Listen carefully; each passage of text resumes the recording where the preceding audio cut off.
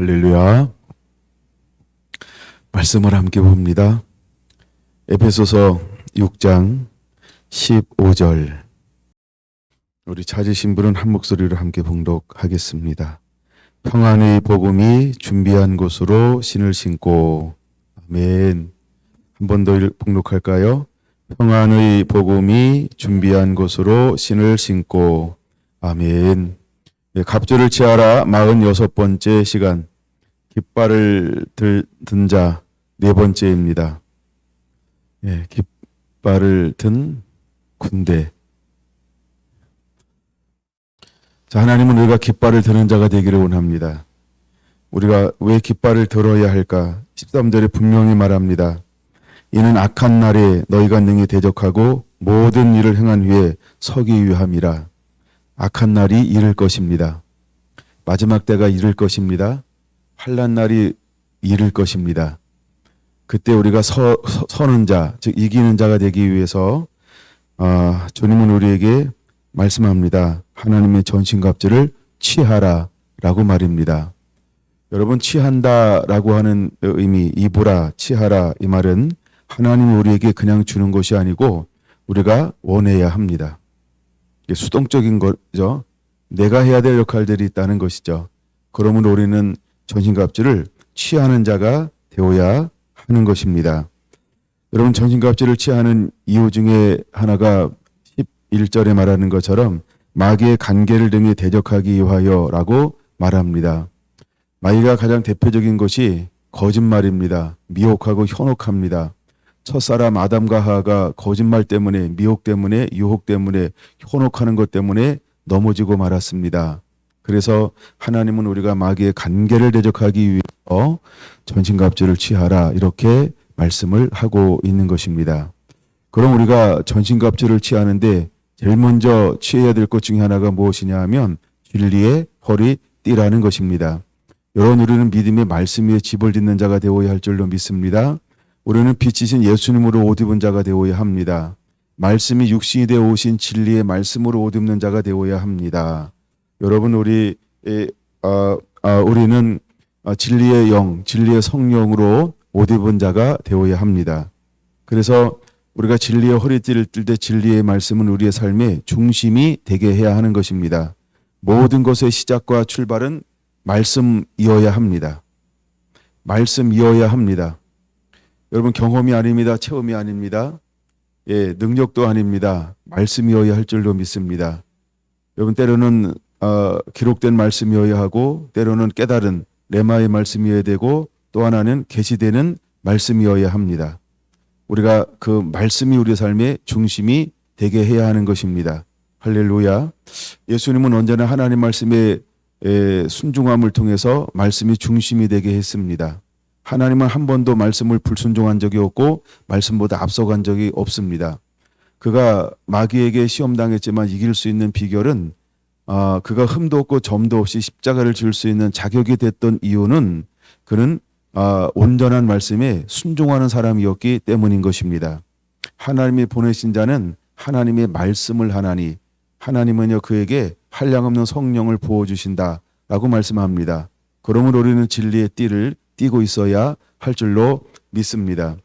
두 번째, 우리가 무엇으로 무장해야 할까 할 때 의의 흉배를 붙이고라고 하는 것처럼 의로 옷 입은 자가 되어야 할 줄로 믿습니다. 여러분, 주님은 우리에게 의의 옷을 입기를 원하고 있어요. 그러므로 우리는 의로 옷 입어야 합니다. 여러분, 의라고 하는 것은 우리가 말씀을 기초로 한 말씀을 삶으로 살아내는 것을 말합니다. 그래서 우리는 말씀에 열매가 있어야 합니다.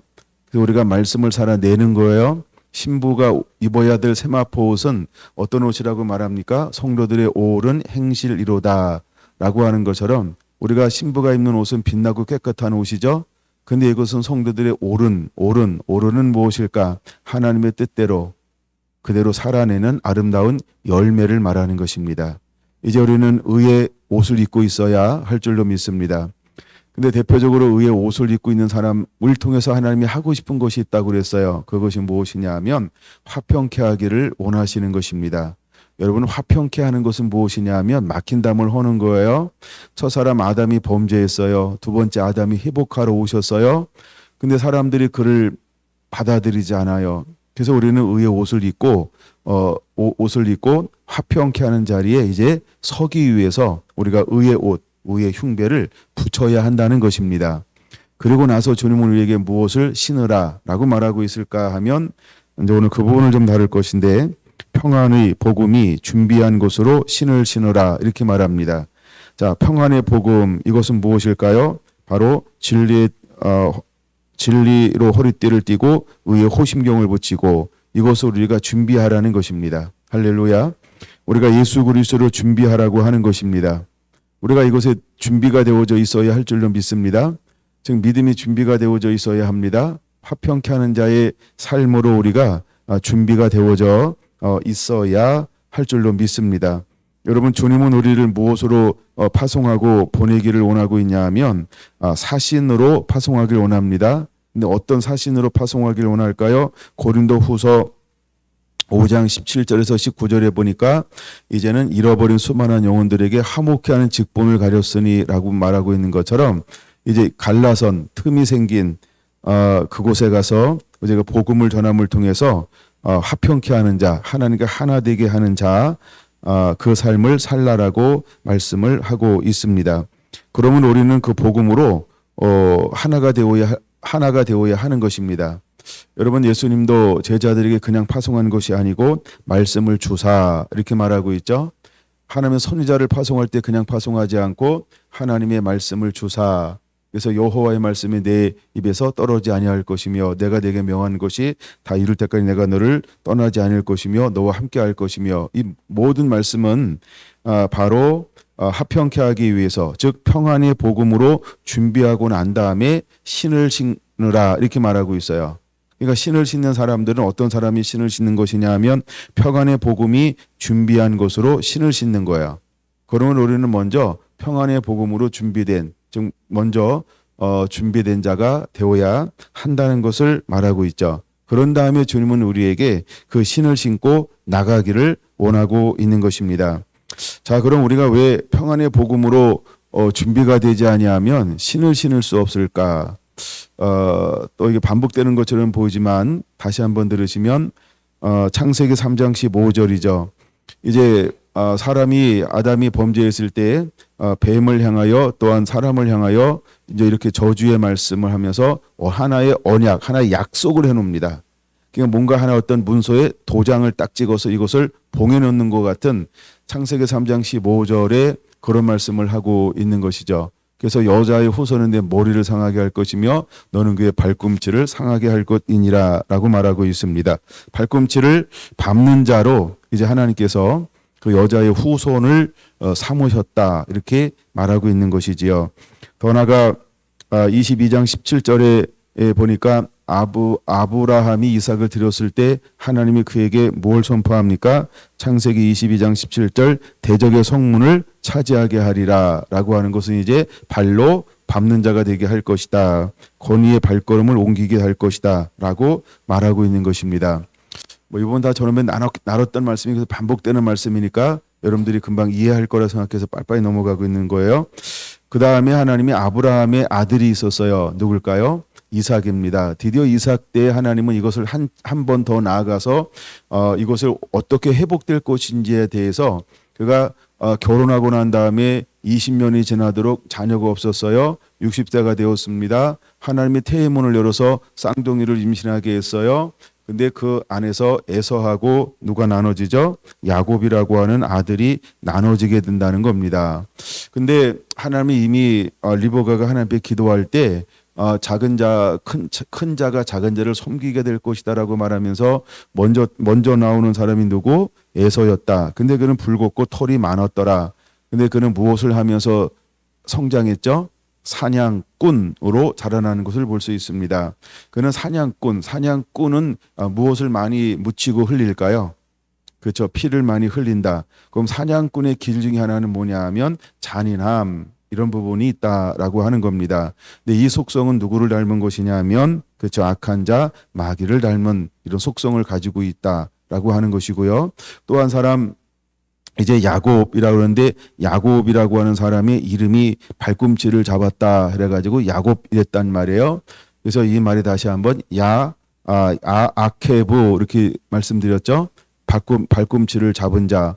근데 왜 하나님께서 야곱이 발꿈치를 잡는 자로 태어나게 했을까라고 할 때 사단에게 빼앗겼던 것을 되갚아 주기 위해서 하나님은 야곱의 이름을 아케부라고 불렀다는 거예요. 원래 아케부는 사단이 가지고 있는 이름이었어요. 그래서 하나님이 저주할 때 야 너는 아케부야 이렇게 저주했단 말이에요. 근데 둘째 아들이었던 야곱의 이름이 아케부예요. 뒷발꿈치를 잡는 자. 그는 이제 삶을 살고 하나님의 뜻 가운데서 모든 것을 이루고 돌아오다가 약복강이라고 하는 강에서 하나님하고 씨름하게 됩니다. 여러분 어쩌면 우리 인생 가운데서 이렇게 인생 역전하는 것을 위해서 씨름하는 그런 인생을 그런 삶을 살아야 될 사람도 있고 또 다른 부르심을 향해서 또 달려갈 사람도 있는데 근데 약간 야곱은 약복강에서 씨름해야만 되는 어떤 그런 부르심을 가지고 태어났습니다. 근데 그가 거기서 씨름할 때 어떤 일이 벌어지냐 하면 천사와 싸워서 씨름하는데 이겼다라고 하는 거예요. 근데 이긴 것으로 끝나는 것이 아니라 난 당신이 나를 축복해 주지 아니하면 당신을 놓을 수가 없다라고 말합니다. 여러분 그는 아는 겁니다. 내 인생이 아케부로만 살 수 없다라고 하는 걸 아는 거죠. 그래서 나는 뒷발꿈치를 잡은 자로만 살 수 없는 걸 아는 거예요.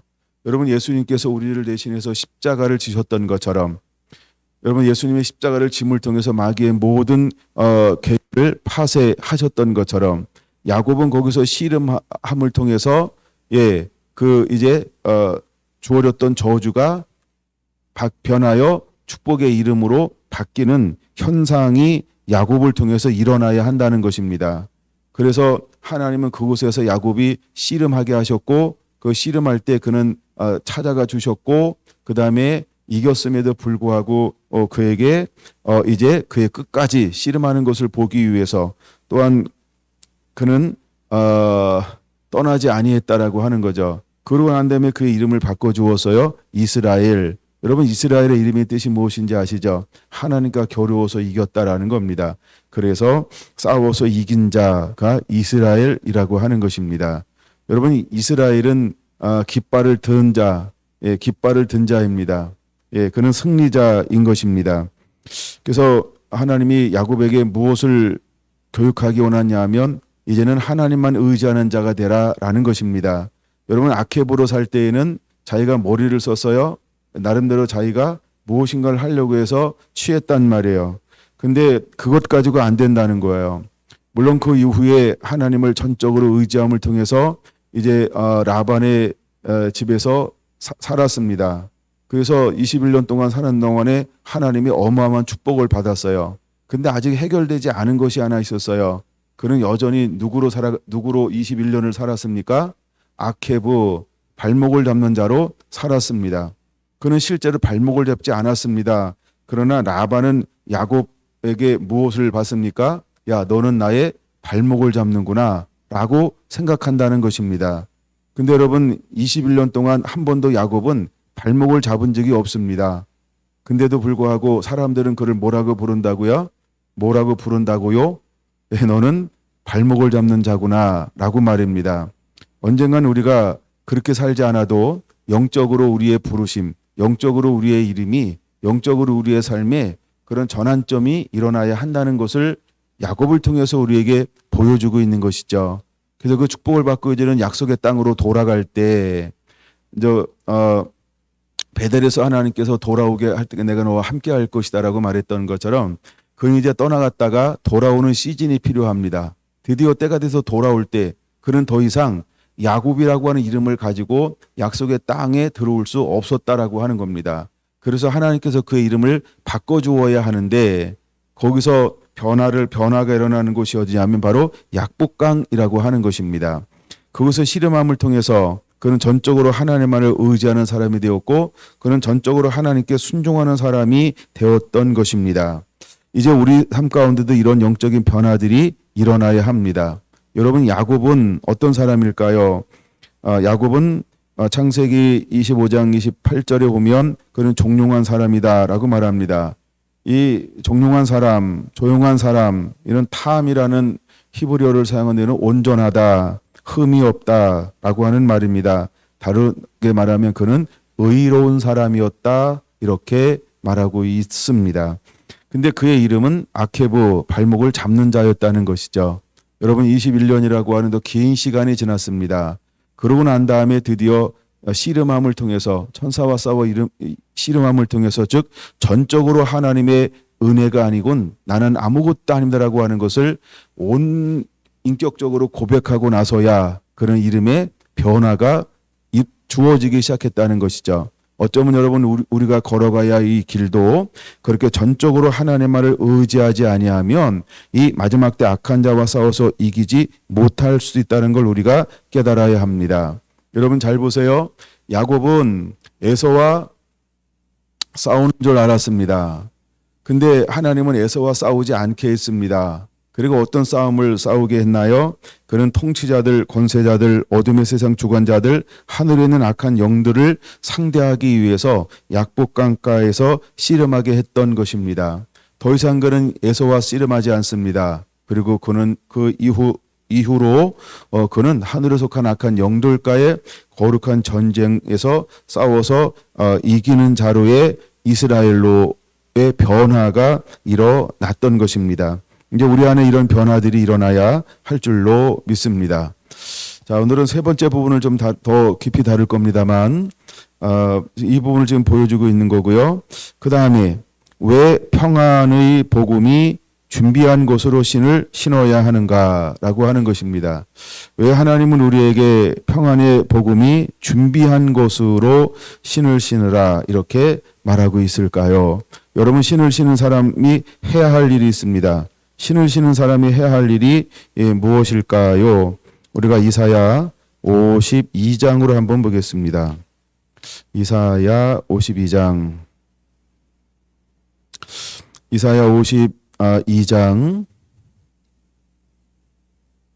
7절 봅니다. 찾으신 분은 같이 한번 봉독하겠습니다. 좋은 소식을 전하며 평화를 공포하며 복된 소식을 가져오며 구원을 공포하며 시온을 향하여 이르기를 내 하나님이 통치하신다 하는 자의 산을 넘는 발이 어찌 그리 아름다운가. 아멘. 자, 왜 평안의 복음이 준비한 곳으로 신을 신으라 말씀하고 있을까요? 자, 이제 우리는 신을 신은 자가 되어야 합니다. 근데 그냥 신을 신는 것이 아니고 평안의 복음이 준비한 곳으로 신을 신어야 한다는 것이죠. 그러면 왜 우리가 평안의 복음, 평안을 주는, 평강을 주는, 평화를 주는, 화평케 하는 왜 복음을 준비하고 그 준비한 곳 준비했으면 신을 신어야 할까? 그를 하나님이 무엇으로 세웠을까요? 8절 이렇게 말합니다. 내 파수꾼들의 소리로다 하면서 이제 그를 하나님이 무엇으로 삼길 원하는 걸까요? 파수꾼이 되는 거죠. 이게 이제 다른 말로 말하면 추수꾼입니다. 이게 다른 말로 말하면 복음 전하는 자입니다. 자, 이제 하나님은 파수꾼들을 세울 것이고 파수꾼들을 일으킬 것입니다. 자, 하나님은 추수꾼들을 세울 것이고 추수꾼들을 일으킬 것입니다. 예, 하나님은 복음 전도자들을 일으킬 것이고 복음 전도자들을 파송하게 될 것입니다. 그러므로 그는 어떤 신을 신어야 할까라고 할 때 평안으로 준비한 이 신을 신어야 한다라고 하는 것이죠. 왜? 그는 가서 무엇을 할 것이니까 7절로 말하면 5개로 한번 구분해 보려고 합니다. 첫째, 그는 좋은 소식을 선포하게 될 것입니다. 두 번째, 그는 평화를 선포하게 될 것입니다. 세 번째, 그는 복된 소식을 선포하게 될 것입니다. 네 번째, 그는 구원을 선포하게 될 것입니다. 다섯 번째, 시온을 향하여 하나님이 통치하신다 라고 선포하게 될 것입니다. 여러분, 이것을 한마디로 말하면 가스펠이죠. 순복음이요. 우리가 복음을 전하는 거죠. 우리가 말은 다섯 가지로 표현을 하고 있으나 실제는 하나인 것을 우리는 알죠. 그런 것처럼 그는 무엇으로 준비하고 있어야 될까? 복음의 평안의 복음으로 준비되어져 있어야 한다는 겁니다. 그래서 그의 발은 아름다운 것입니다. 근데 그 발이 무엇을 넘습니까? 산들을 넘습니다. 산이라고 하는 것은 사역지를 말합니다. 산이라고 하는 것은 수많이 흩어져 있는 열방을 말합니다. 민족들을 말합니다. 방언들을 말합니다. 족속들을 말합니다. 모든 도시와 도시를 넘나드는 것을 산이라고 표현합니다. 근데 그 복음을 들고 나가는 그의 발이 어떻다고요? 아름답다는 겁니다. 그가 아름다울 수 있는 이유는 무엇이냐 하면 바로 평안의 복음에 준비한 곳으로 신을 신고 있기 때문입니다. 즉 평안의 복음으로 무장하고 있기 때문입니다. 그래서 그가 발에 닿는 곳들마다 그 발에서 무엇을 흘려보내고 있나요? 모략의 즙을 흘리는 겁니다. 그 삶 속에서 그리스도의 향내를 풍기면서 그 발걸음을 밟고 지나간다는 겁니다. 그는 신약에서 말하자고 한다면 그는 복음 전도자로서의 삶을 이제 살아가는 것입니다. 자, 다섯 번째가 뭐라 그랬어요? 시온을 향하여 하나님이 통치하신다 선포합니다. 시온은 예루살렘입니다. 그건 오늘날은 시온은 어디를 말할까요? 교회를 말하는 거죠. 그럼 교회 안에 무엇을 선포합니까? 이 파수꾼이 하나님이 통치하십니다. 하나님이 통치하신다 이것을 선포합니다. 여러분 이것은 무엇을 의미하는지 아십니까? 교회를 돌이키는 겁니다. 교회를 회복시키는 것입니다. 하나님은 누구를 통하여 교회의 자리로 본래의 모습으로 회복시킬까요? 바로 복음 전하는 자입니다. 여러분 그는 무엇으로 무장하고 있을까요? 진리의 띠를 차고 있습니다. 그는 의의 옷을 입고 있습니다. 그는 평안의 복음으로 준비한 신을 신고 있기 때문에 그게 가능한 겁니다. 하나님의 교회를 회복할 것인데 누구를 통하여서 교회를 회복하게 할까요? 바로 진리의 띠를 띠고 의의 옷을 입고 평안의 복음으로 신을 신은 사람을 통해서 교회를 회복할 거라고 하는 것입니다. 이제 그는 하나님이 어디로 파송하냐 하면 땅끝으로 파송하게 될 것입니다. 그래서 그는 가는 곳들마다 좋은 소식을 전하게 될 것입니다. 그는 평화를 선포하게 될 것입니다. 그는 복된 소식을 전파하게 될 것입니다. 그는 구원을 공포하게 될 것입니다. 여러분 하나님이 저와 여러분들을 일컬어서 왜 전신갑주를 입어라라고 말하는가? 이렇게 쓰고 사용하기를 하나님은 원하시기 때문인 것입니다. 자, 한 주제를 좀 더 볼까요? 8절입니다. 내 파수꾼들의 소리로다. 그 파수꾼들이 소리로다라고 합니다. 어떤 소리를 외칠까요? 지난 주일날 오후에 나눴던 것처럼 그들이 소리를 높여 일제히 노래하니라고 할 때 이 노래는 어떤 노래일까? 종료 주일날 다윗의 자손이여 호산나 찬송하리로다. 찬송하리로다 주의 이름으로 오시는 이여. 다윗의 자손이 어를 불쌍히 여겨서서 하면서 수많은 사람들이 다윗의 자손을 그렇게 높였던 것처럼 이제 종료주일은 이렇게 찬양합니다. 호산나 다윗의 자손이여. 호산나 다윗의 자손이여 찬송하리로다 주의 이름으로 오시니여. 여러분 이 노래가 또다시 선포되어지게 될 거라는 것입니다. 근데 이 노래는 누구에 의해서 불러지게 될까요? 바로 갑주를 입은 사람들을 통해서 불러지게 될 거라는 것입니다. 여러분 이 사람들은 이곳에서 열방에 이르러서 가는 곳들마다 그는 다윗의 자손이여 찬송하리로다. 호산나 다윗의 자손이여 찬송하리로다 주의 이름으로 오시니여 하면서 구원하심이 보호자에 앉으신 하나님과 어린 양에게 있도다라고 하면서 찬양하기 시작할 것입니다. 그 찬양을 통하여서 어떤 역사들이 일어나게 될까요? 이는 여호와께서 시온으로 돌아오실 때에 그들의 눈이 마주보리라 라고 말합니다. 시온으로 돌아온다 이것은 재림을 의미하는 것입니다. 즉 마지막 주님께서 오시기 위해서 이제 하나님은 어떤 사람들을 익힐까요? 전신갑주를 취하여 입은 그 사람, 그래서 그 사람은 진리의 허리띠를 띠고 의의 옷을 입고 평안의 복음으로 준비한 것을 신을 신고 열방을 누비게 될 것입니다. 이제 이것은 악한 날에 일어나는 것입니다. 이거는 마지막 때에 일어나는 것입니다. 하나님이 이 사람들을 일으킬 거라는 것입니다. 할렐루야. 이제 여기 계신 한 분 한 분들이 이 시대에 그렇게 주의 손에 붙들려 쓰임 받는 자들이 되기를 예수님의 이름으로 축원합니다. 9절 좀 더 볼까요? 너 예루살렘의 항피한 곳들아 기쁜 소리를 내어 함께 노래하라. 예루살렘이 어떻게 됐다고요? 황폐했다는 겁니다. 황폐했다라고 하는 게 뭐예요? 예루살렘의 정체성을 잃어버린 거예요. 예루살렘이 하나님을 경외하고 하나님만 섬겨야 되는데 무엇이 되었습니까? 우상 숭배가 되었어요. 말씀이 유명무실화가 되었어요. 말씀이 종교가 되었어요. 그래서 영적으로 황폐하게 되었다는 것입니다. 근데 이제 누가 일어나기 시작합니까? 파수꾼들이 일어나는 것입니다. 그래서 파수꾼들이 일어나서 그들에게 무엇을 전합니까? 7절에 말하는 것처럼 그들이 좋은 소식을 선포하고 평화를 공포하고 복된 소식을 가져오며 구원을 공포하고 이제 그들을 향하여서 하나님이 통치하신다, 하나님이 통치하신다라고 그들이 선포하기 시작을 하는 것입니다. 여러분 그렇게 할 때 이 황폐했던 예루살렘에 놀라운 영적인 회복이 일어나게 될 것입니다. 여러분 9절을 좀 더 볼까요? 기쁜 노래를 내어 함께 노래할지어다. 이제는 그들이 전에는 하나님 관심이 없었어요. 세상을 노래했어요. 그러나 이제는 그들이 함께 뭐하게 된다고요? 구원하심이 보좌에 앉으신 우리 하나님과 어린 양께 있도다. 구원하심이 보좌에 앉으신 하면서 함께 찬양하기 시작할 거라는 것입니다. 아니면 아멘 주 예수여 오시옵소서 함께 찬양하게 될 겁니다. 찬송하리로다 주의 이름으로 오시는 이여라고 함께 찬양하게 될 거라고 하는 것입니다. 여러분 그들이 마태복음 23장 37절 38, 39절에 말씀이 회복된 그런 거룩한 세대로 주님이 이 땅 가운데 오실 수 있도록 어린 양 하나님 앞에 찬양하는 세대로 일어나게 될 거라는 것입니다. 그러므로 우리는 평안의 복음으로 준비한 신을 신고 일어나는 것입니다. 먼저 여러분 복음의 평안으로 신을 신은 사람이 하나님을 노래할 것입니다. 하나님을 찬양하게 될 것입니다. 왜냐하면 시편 149편에 말씀하고 있는 것처럼 양날 가진 검을 가지고 있기 때문에 그렇습니다.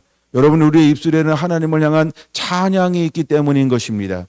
여러분 그것으로 일어날 때 잃어버렸던 수많은 심령들에게 회복이 일어나기 시작할 것입니다. 할렐루야.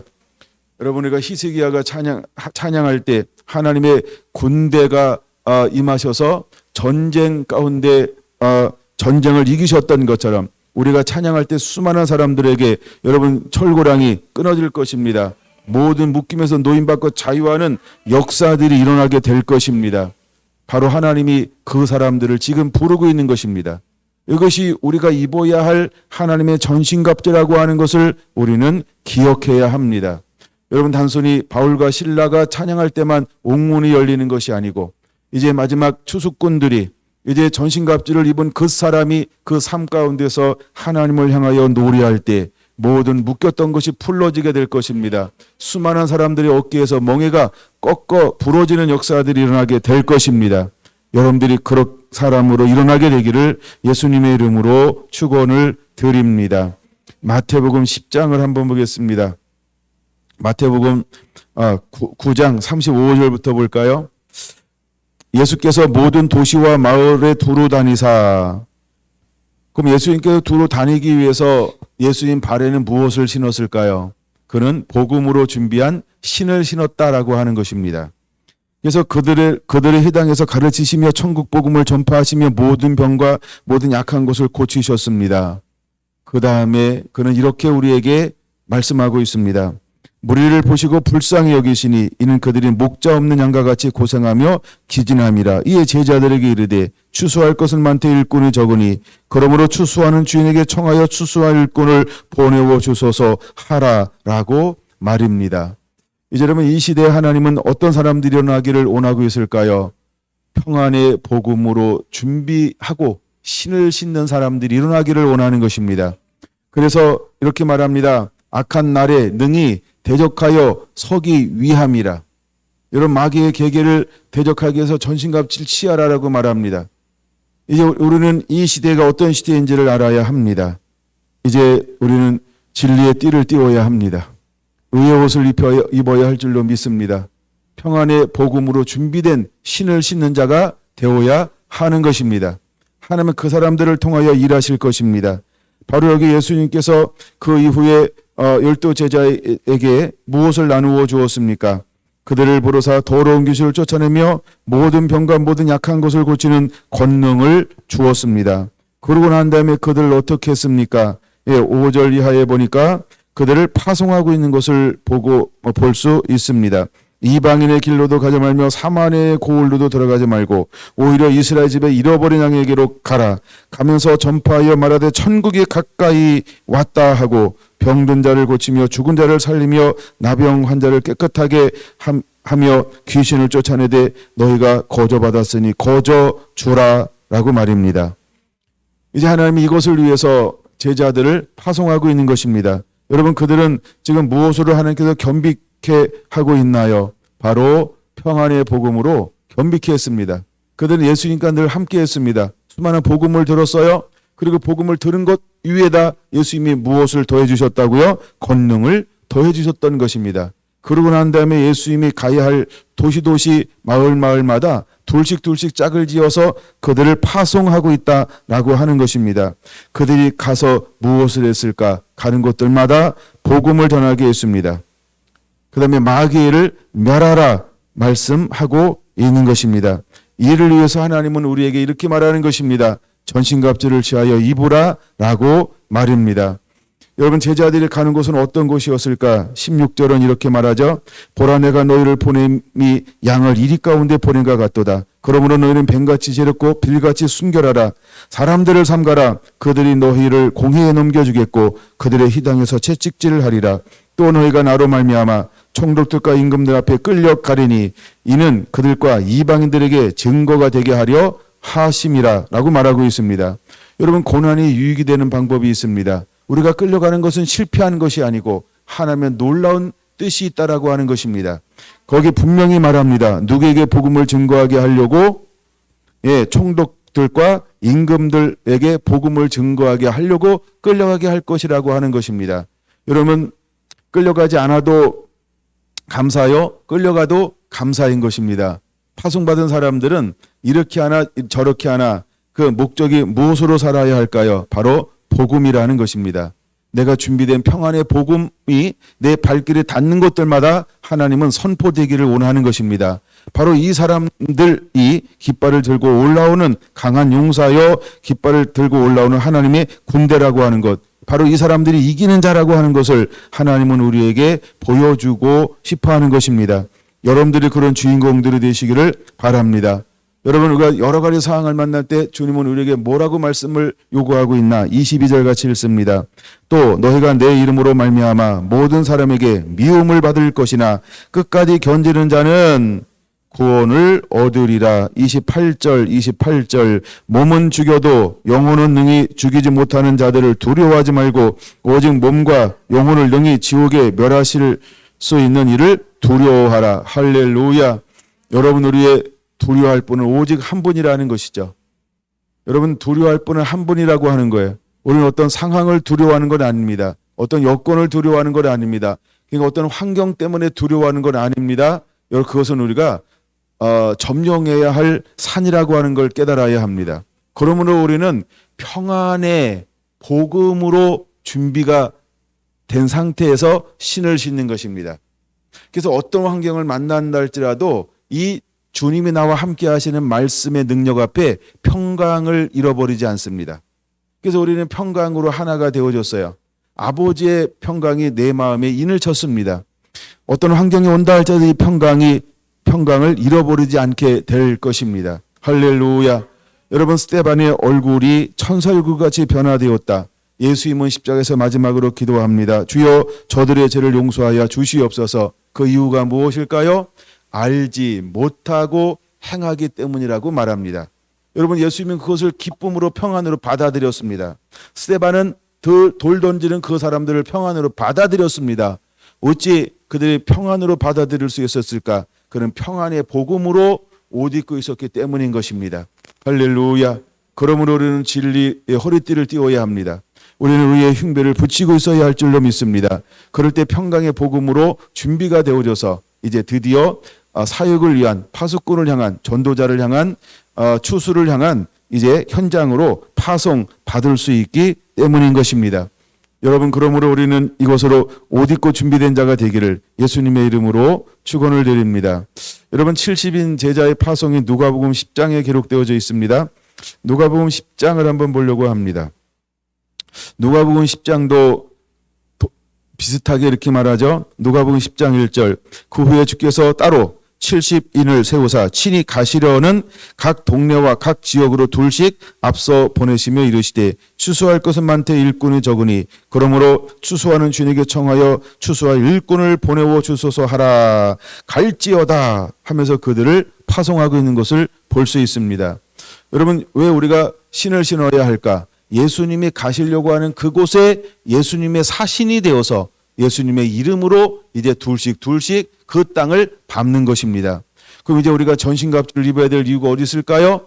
잃어버린 수많은 영혼들, 주님을 대신하여 잃어버린 영혼들을 추수하기 위해서 우리는 전신갑주를 입어야 한다는 것을 보여주고 있습니다. 그러므로 우리도 이렇게 기도해야 하는 것입니다. 주여 추수할 일꾼들을 보내어 주시옵소서. 추수할 일꾼을 보내어 주시옵소서. 이것이 우리의 기도가 되어야 하는 것입니다.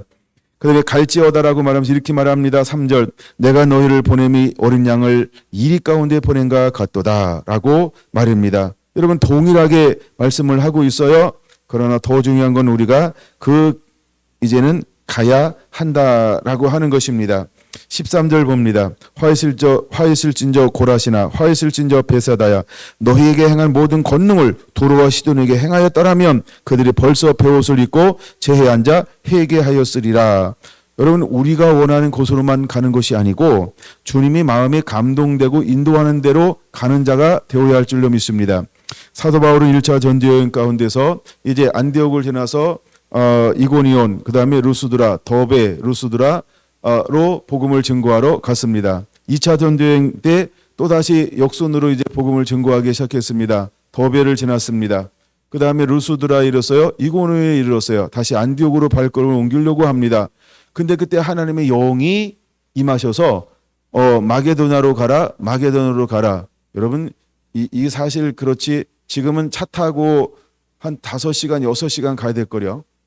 제가 정확하게 차를 타고 한 번도 가본 적이 없어가지고 정확한 제 계산은 안 나오는데, 그러니까 제가 그 이스탄불에서 앙골란가 그 수도 터키 수도가 앙골란가요? 앙카란가 거기까지 가는데도 1시간인가 타고 갔어요 비행기를. 그러니까 하여간 그러면 차를 타고는 몇 시간 갈까?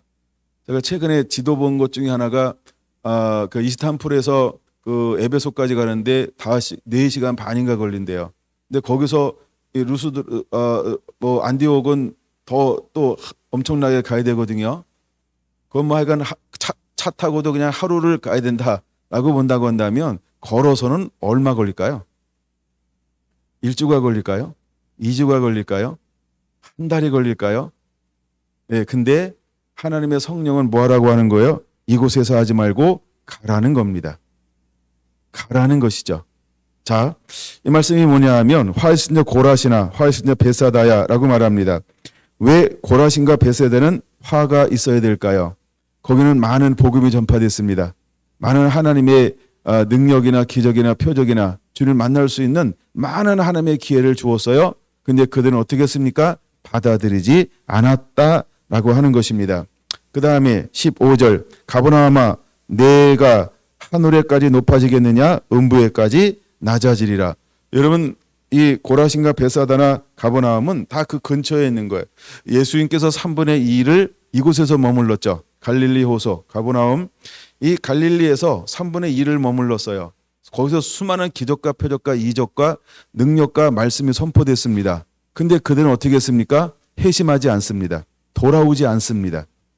그들은 여전히 폐역한 상태로 있었기 때문이라는 것입니다.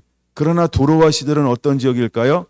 두로와 시돈, 이세벨의 영이 있는 곳, 이세벨의 영이 있는 곳, 이세벨의 영이 있는 곳. 잘 모르시나요? 예, 그것이 바로 두로와 시돈 지역이에요. 아주 우상숭배가 하여간 우상숭배가 간영합니다. 그다음에 거기는 성적으로 문란하고 타락한 그런 도시들이고 철저하게 세상 문화를 쫓는 곳이었어요. 다시 말하면 황폐하고 음란한 세대라고 하는 것입니다. 악하고 음란한 세대의 대표적인 주자가 두로와 시돈이었습니다. 근데 만약에 그곳에 복음을 증거했다라고 한다면 그들은 벌써 회개하고 돌아왔을 것이라고 하는 것입니다. 그러면 먼저 우리에게 다섯 번째 무엇이라고 외쳐야 된다고요? 시온을 향하여 하나님이 통치하신다라고 말입니다. 어쩌면 오늘날 교회 안에 복음을 전하는 것이 더 힘들고 어려울지 몰라요. 그러나 주님은 분명히 말합니다. 사도 바울이 복음을 증거하러 가서 먼저 해당에서 복음을 증거했던 것처럼 여러분 우리도 여전히 어디에도 복음을 증거해야 될까? 교회 안을 깨워야 합니다. 그러니까 우리가 교회 안에도 외쳐야 합니다. 그리고 더 나아가 이제 밖에서도 또 외치고 선포하는 자가 되어야 하는 것을 보여주고 있는 것입니다. 예수님께서 12제자들을 파송했던 것처럼 예수님께서 70인 제자들을 파송했던 것처럼 여러분 그들을 파송했던 결정적인 이유는 무엇을 하라고 파송하고 있는 것일까? 누가복음 24장 48절로 보겠습니다. 누가복음 24장 48절 이렇게 말합니다. 너희는 이 모든 일의 증인이라. 할렐루야. 이제 우리가 평안의 복음으로 준비하고 신을 신는 이유는 무엇 때문에 신을 신는 걸까요? 증인되라고 말입니다. 자, 우리가 진리의 띠를 띠었어요. 그 다음에 의의 옷을 입었어요. 그러면 우리가 진리의 띠를 띠고만 사는 것, 이것이 목적이 아니라는 거죠. 그 다음에 의의 옷을 입은 것으로만이 우리의 목적이 아니라는 것이죠. 정말 우리의 또 하나의 목적은 무엇이냐 하면 이제는 신을 신는 것입니다. 신을 신는 것입니다. 신을 신는 것입니다. 그 다음에 두 개가 거치고 난 다음에 성령의 검 곧 하나님의 말씀을 가지라 이렇게 말합니다. 자, 신을 신었어요. 그럼 가서 무엇을 하는 걸까요? 성령의 검 곧 하나님의 말씀을 가지고 마귀가 하는 일을 멸하는 것입니다. 그렇죠?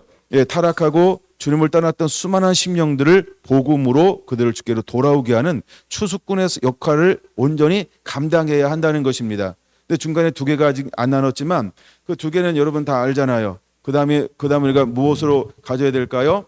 믿음의 방패를 가져야 하는 것입니다. 우리가 복음의 신을 신고 현장에 나가면 무엇이 있을까요? 수많은 불화살이 있을 거라는 거예요.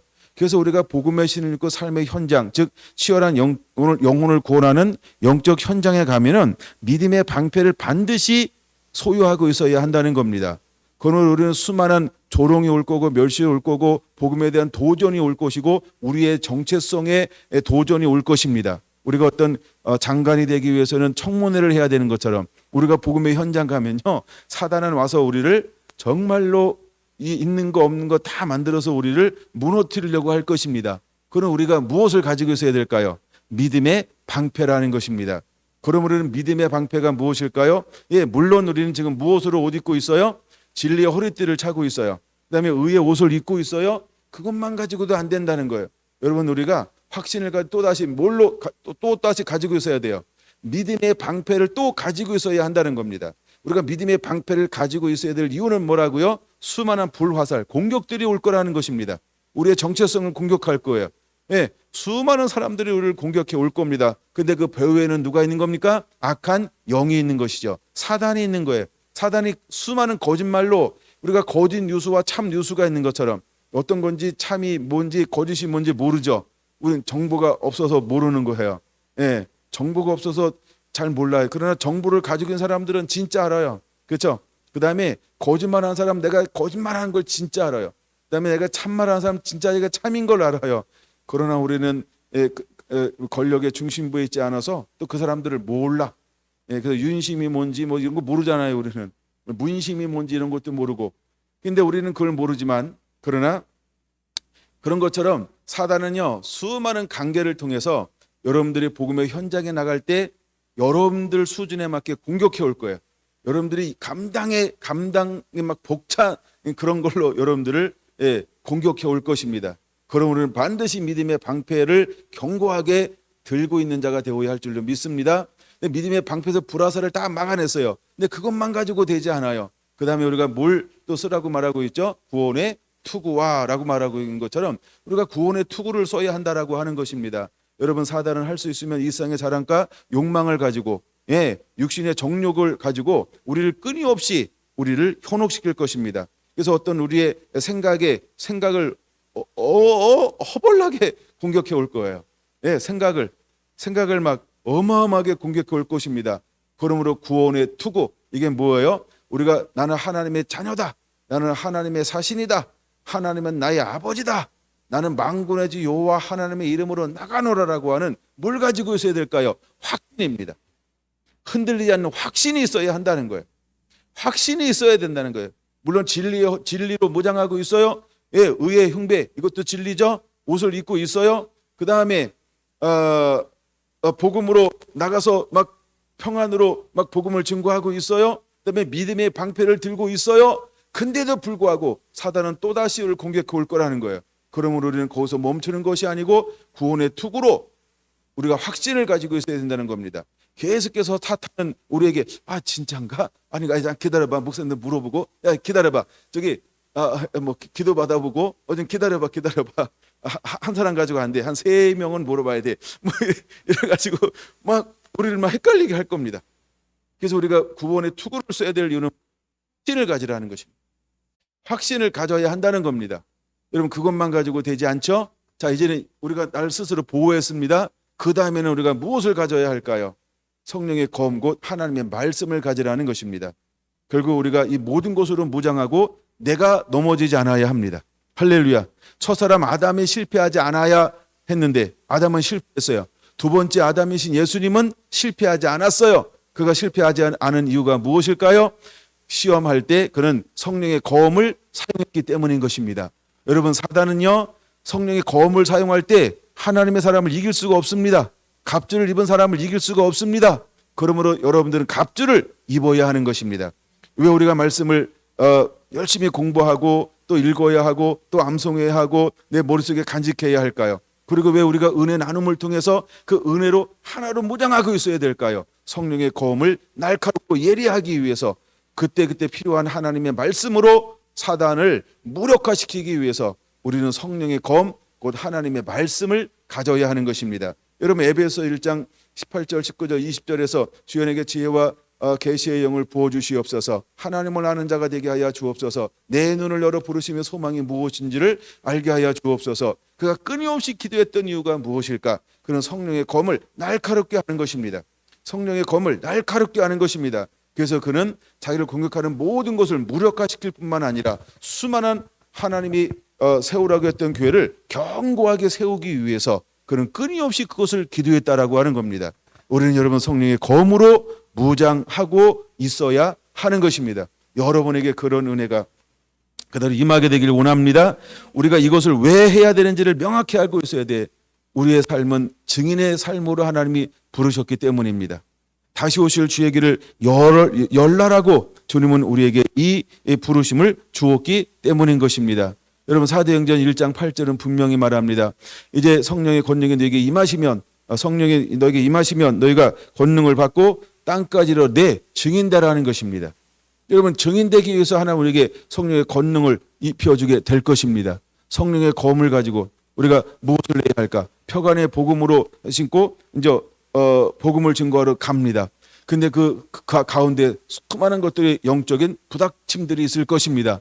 그러나 그곳에서 그것을 우리는 하고 있는 자가 되어야 합니다. 물론 순서로 나누기 때문에 아직 다른 것이 안 갖춰져 있는 것처럼 보이지만 실제로 우리는 이 전부를 가지고 있는 것입니다. 진리의 띠도 의의 흉배도 평안의 복음도 믿음의 방패도 그다음에 구원의 투구도 그다음에 성령의 검도 가지고 있습니다.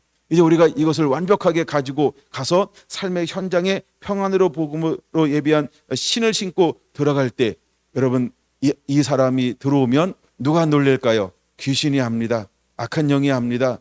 땅의 통치자들이 압니다. 어둠의 영들이 압니다. 이 땅에 있는 권세자들이 압니다. 누가 들어온 것을 사도 바울이 하나님의 사람인 것을 귀신이 아는 것처럼 예수님이 하나님의 아들인 것을 귀신 들린 자는 아는 것처럼 여러분들의 정체성을 어둠의 영들은 압니다. 그러므로 여러분들이 들어올 때 그들은 여러분들을 방해하려고 할 것입니다. 그러나 여러분이 담대하게 선포할 때 그들은 반드시 쫓겨나게 되어져 있습니다.